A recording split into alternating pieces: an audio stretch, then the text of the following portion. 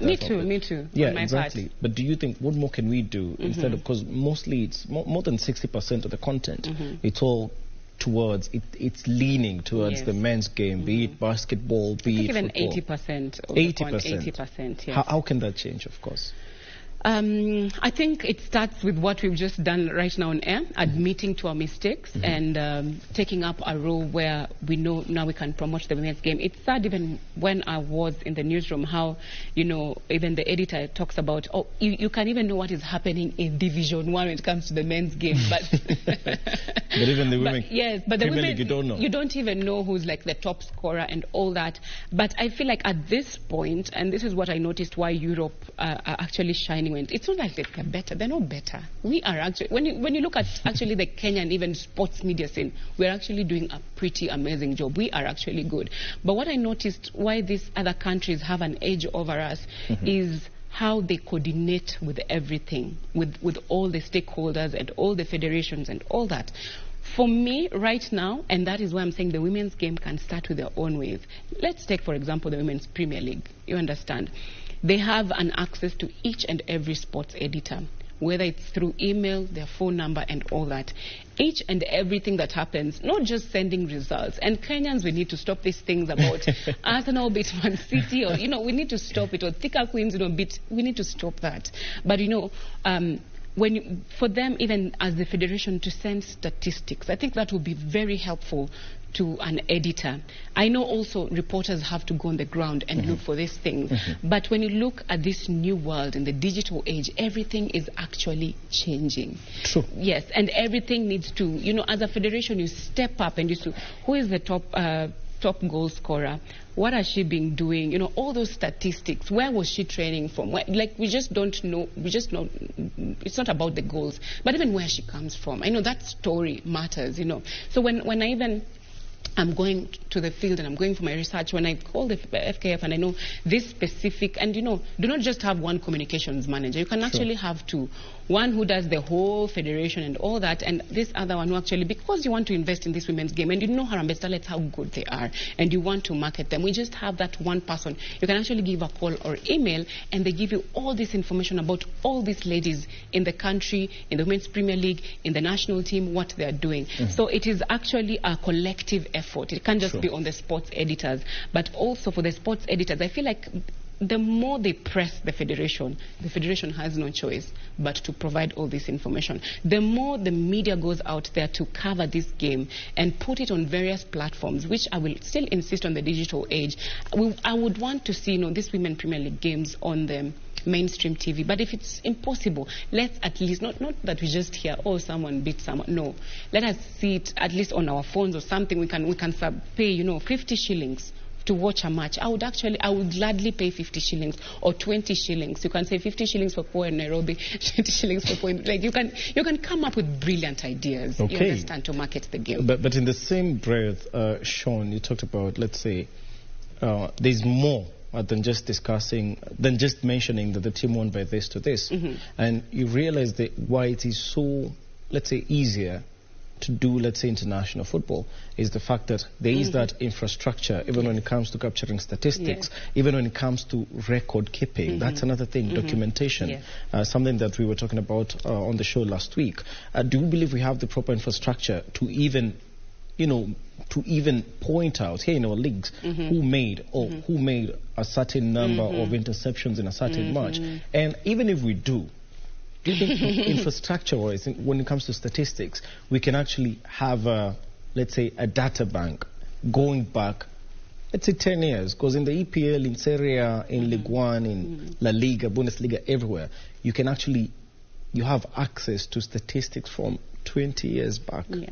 I feel like this is not just for the women's game in the country, but also for the men's game. It's still lacking. The Kenyan Premier League, when it comes to statistics, it's still lacking. And it was actually more of general. And it is a sad state of affairs for our country. You understand? It's really a sad. You're like, really, it's 2020 people. It's 2020. But that now comes down to the people around it. You would want to do it as a media house, but I don't think you have the time to actually go to each and every game. And this comes down to the federation. It has to be the federation. They have to hire more people for this, and people who actually qualify. No, you just don't hire your friend and put them there. You actually hire people who are qualified.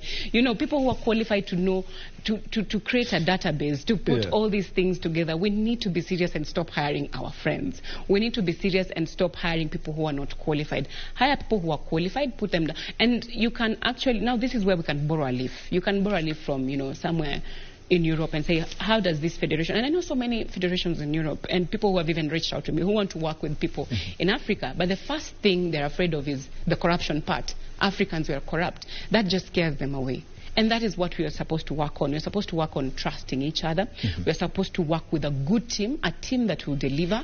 You know, give someone that job. Say, you guys, we are 5 people. You will be handling the Women's Premier League this season. We need all the data on each and every player on Fridays, Saturdays, and Sundays.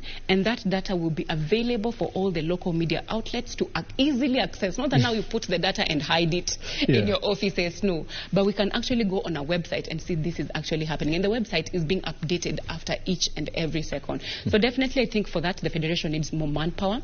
And just not, as we said, the women's game, but also the men's game. Just Kenyan football in general. Even, it's sad, not just even when it comes to the Premier League, but even for the national teams. You understand? Even when you go check for information about these Harambee Stars players, unless it's Olunga or Wanyama, it's because of their teams in Europe we get to understand their statistics, or abroad. But these other players, you have to struggle through it to get the information. So I feel like this, at that point, it's the federation that needs to step up and hire more people who will actually provide this information. And sometimes when you access this information, it's just even, you know, PayPal, you know, there's that click on the website, and you can have sponsors on the website because there's so many people clicking on the website. There's just so many ways to look at it and to also generate money from all this information you're providing to people. Exactly. Well, that has been quite an insightful conversation, I must say. And, well, we're actually making a lot of strides in that, getting more women to be to participate rather than just instead of just watching. We want them to actually participate in sports. And we've had a few changes. Even in the Olympics, the number of participants when it comes to women is actually increasing. Yes. So hopefully we'll get to a point whereby we'll see, you know, the same, if we can get to that point. Really. It will soon. Okay, not soon. Maybe let's say. This is a start. Talking about this is a start. Yeah. But you have to admit, my goodness, when I was talking about women's football, it was like a new world for me, and I was like, wow, this is it. This is it. And even when you talk to other people from Europe, do you know how good the Harambee Starlets team is? We actually have a gold mine in Kenya. We actually have so many people who can get jobs and who can make so much money because of Harambee Starlets. It's just for us to open our eyes. And I feel that one will have to kind of start from the top, the ministry and the federation, and then now go all the way, and then they need to invest grassroots. But let me tell you, Harambee Starlets are good, and they're actually noticed on the global scene. If we work it out, I'm seeing a Women's World Cup tied here in Kenya soon. I have a feeling they will win the World Cup earlier than the men's team. Earlier than the men's team? Yes. Okay, we'll just have to wait and see. Yes. And going with that same passion, of course, Shon, I always let my guests have the last say on the show. So as we wind up, it's a chance to change the mindset, as we talked about, the perceptions. Tell them why they need to actually give this game a chance, the women's game, since, well, as you mentioned, we don't even have to go far. We can actually walk around this compound and ask people, how many people know about the Kenya Premier League? You do understand? So it's your time to actually change their perceptions. Thank you. This is what I would love to just say to everyone. The Kenyan women's game is serious business. It just needs you and I to put trust in it.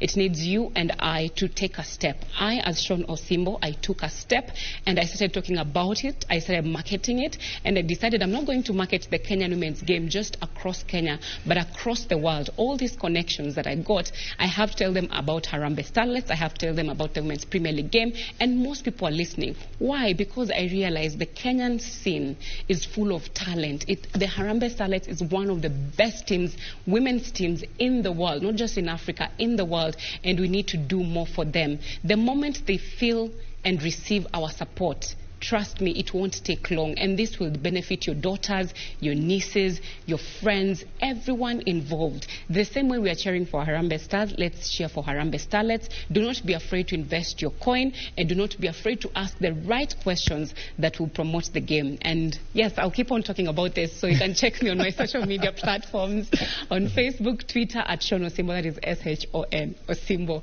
And we can always talk about this, and we can always continue this discussion. Let's talk, and not just discussion, we're also calling people for, that call to action. Yeah. Let it be done, from schools all the way to the ministry. Let it be done, and I hope it's going to be a serious change once the schools open after this COVID-19 pandemic. Okay, thank you very much, Shon. That was quite insightful. The passion is obviously clear. It's out there for everyone to see, and hopefully we're going to be making major strides in that. As you did mention, talking about it is not enough, but we need to push the conversation further since it didn't start that long ago, especially in Kenya. So yes, push the conversation and then the call to action. Do something about it. Yes. Thank you very much for your time. Thank you so much. Looking forward to seeing you again with new issues, of course, pertaining sports. And now we're going to be taking a short break, but there's more to come. But always remember that you can give us your feedback on the show via social media platforms on Facebook and Twitter.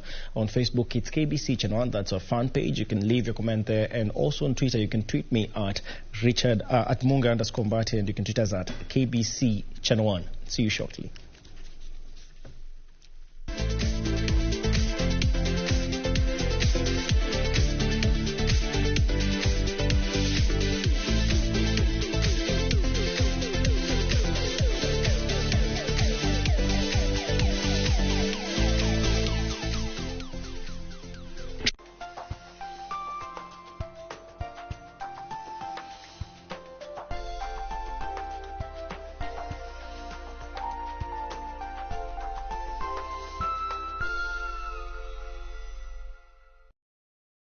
KBC, in collaboration with the Kenya Institute of Curriculum Development, is broadcasting enhanced out-of-class learning on radio, television and online. Catch the lessons every weekday on KBC Channel 1 from 2 to 4 p.m. on KBC English Service and 15 FM from 9:15 a.m. to 5 p.m. and Radio Taifa from 10 a.m. to 11 a.m.